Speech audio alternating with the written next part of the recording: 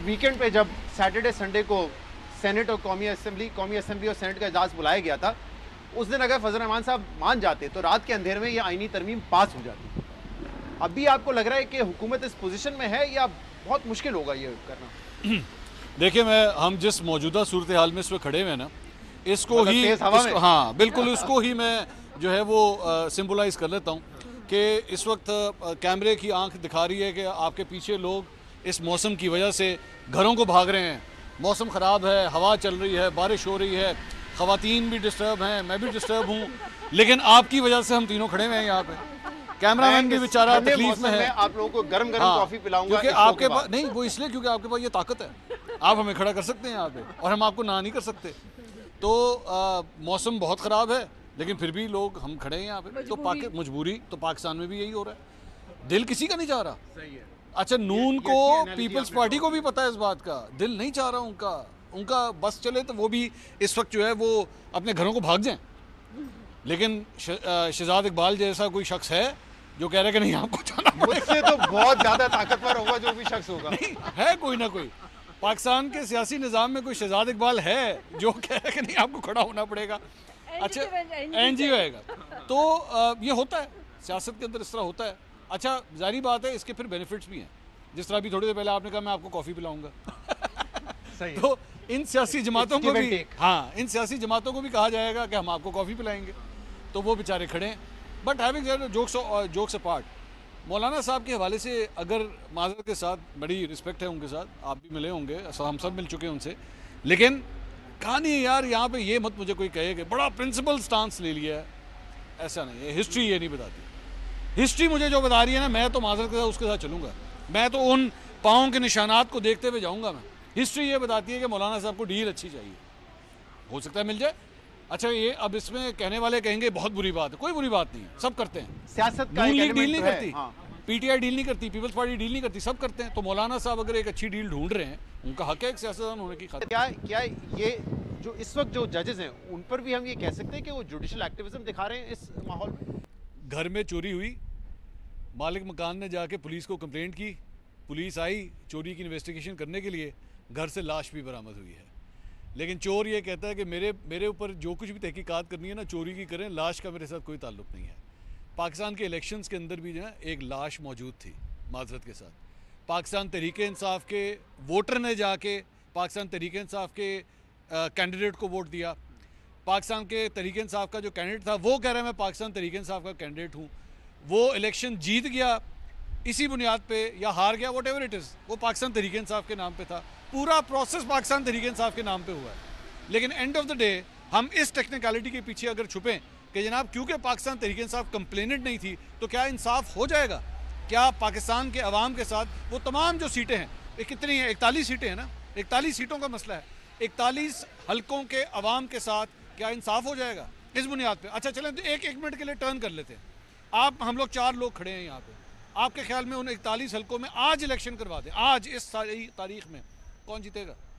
कौन सी जमात जीतेगी? एक मिनट, मैं आ रहा हूँ जी, मैं आ रहा हूँ आपके लिए देखिए, आप एक मिनट सुन लें ना, मेरी राय सुन लीजिए। माइक एक है तो हाँ, माइक एक है तो इससे मेरे पास है, जब आपके पास था मैं नहीं बोला था। अब वो चक्कर ये है कि आपकी नज़र में कानूनी पॉइंट ऑफ व्यू ये है कि जी किताब के अंदर ये पार्टियाँ थी वर्सेस ये पार्टियाँ थी।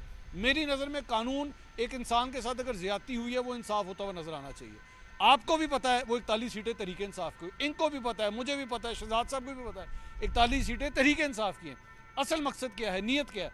41 किसी तरह तहरीक इंसाफ के पास रहे ना, ये इनसे हम किसी तरह ले लें, एसआईसी उसके ऊपर जो रिजर्व सीटें वो ना मिले, वही ना अल्टीमेटली वही है।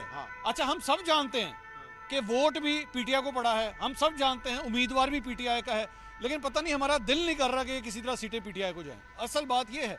दूसरी बात ये, आज अगर आपने प्रेसिडेंट सेट कर दिया ना, ये ज़हन में रखिएगा, इन 41 के हवाले से ये प्रेसिडेंट सेट कर दिया कि कानूनी तौर पे जो है वो इनके पास नहीं जानी चाहिए, उनके पास जानी चाहिए। आप कल को देखिएगा ऐसी हॉर्स ट्रेडिंग शुरू होगी। आपका क्या इस पे नुक्ता नज़र है? सिर्फ डिपेंड कर रहे हैं फजल रहमान साहब पे कि अगर वो हमारे साथ खड़े हो गए तो शायद स्ट्रीट पावर भी दिखा देंगे, शायद नंबर भी बच जाए हमारे, या और कुछ स्ट्रैटेजी नजर आ रही है? जाहिर बात है इस वक्त they are stuck up in a corner.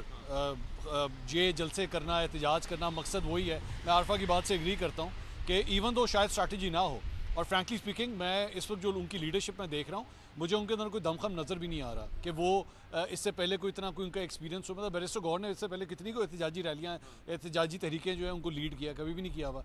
या पार्टी के अंदर जो सूरत हाल है, आप रऊफ़ हसन को हटा रहे हैं, शेख मैं वकास आपके को। व्लॉग में सुन भी रहा था, आपने कहा रऊफ़ हसन को हटा के शेख वकास अकरम, क्या ये वजह है क्योंकि रऊफ़ हसन साहब ने वसीम बदामी साहब के प्रोग्राम पे कुछ अरसे पहले कहा था कि हम फौज से बात करने के लिए कल भी तैयार थे, आज भी तैयार हैं, आगे भी करेंगे, हमसे बात करनी पड़ेगी, हमें भी बात करनी चाहिए, लेकिन इमरान खान अडियाला जैसे कह रहे हैं कि अब फौज से कोई बात नहीं हो सकती। नहीं, अब एक इम्प्रेशन ये है कि शायद इस वजह से रऊफ़ हसन को हटाया गया। नहीं, मैं नहीं समझता।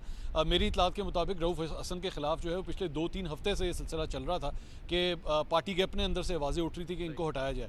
और शेख वकास अकरम की जहाँ तक बात है, हमाद अज़हर ने जब रिज़ाइन किया था तो पहले शेख वकास अकरम को उधर शिफ्ट किया जा रहा था। ये आवाज़ आ रही थी कि शायद उनको वहाँ पे ज़िम्मेदारी दे दी जाए, लेकिन चूंकि वो मीडिया के ऊपर बड़े कॉन्फिडेंट तरीके से बोलते हैं तो फिर ये ज़िम्मेदारी जो है उनको दी गई है। Having said all these things, Pakistan Tehreek Insaf के आपको ये स्ट्रैटेजी को मानना पड़ेगा कि कोई ना कोई एक्टिविटी, वाकई जिस तरह आरफा कह रही थी, वो करते रहते हैं, चाहे वो सक्सेसफुल हो या ना हो। उन्होंने पार्लियामेंट के बाहर, आपको याद होगा, एक वो भूख हड़ताल का सिलसिला शुरू किया, किधर गई वो मतलब वो किसी ने अपनी भूख आने ही नहीं दी कि वो खत्म हो उससे गई। 5 गुना ज्यादा दौरानिए की, भी कर दिया। मैं कह रहा हूँ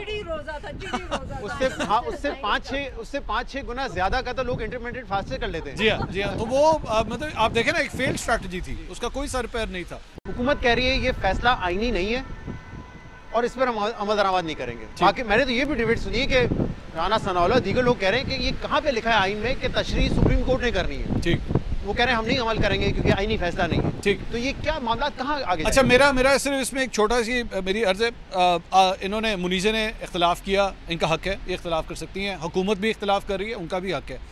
end of the day America देख लें, आप यूके देख लीजिए, बड़े बड़े फ़ैसले होते हैं, अगर एक दफ़ा एक बेंच ने गलत फैसला दे दिया, चले मैं 1 मिनट के लिए ये भी आपकी बात मान लेता हूँ, आपकी राय है ना, गलत, मैं नहीं समझता गलत है, चले ये समझते गलत है, दे दिया ना, अब सिर्फ सैंटिटी के लिए, सिर्फ और सिर्फ निज़ाम को चलाने के लिए आपको फैसले पे अमल करना पड़ेगा।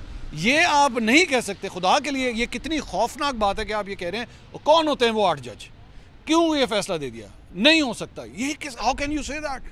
आपको पता है कल को 8 हों, 10 हों, 15 हों, कल को तो फिर आसान हो जाएगा काम कि जी बिकॉज एक सियासी जमात या हुकूमत या कोई और थर्ड पार्टी खुश नहीं है, भाड़ में जाए, नहीं मानते इनकी बात, ये नहीं हो सकता, निज़ाम डूब जाएगा।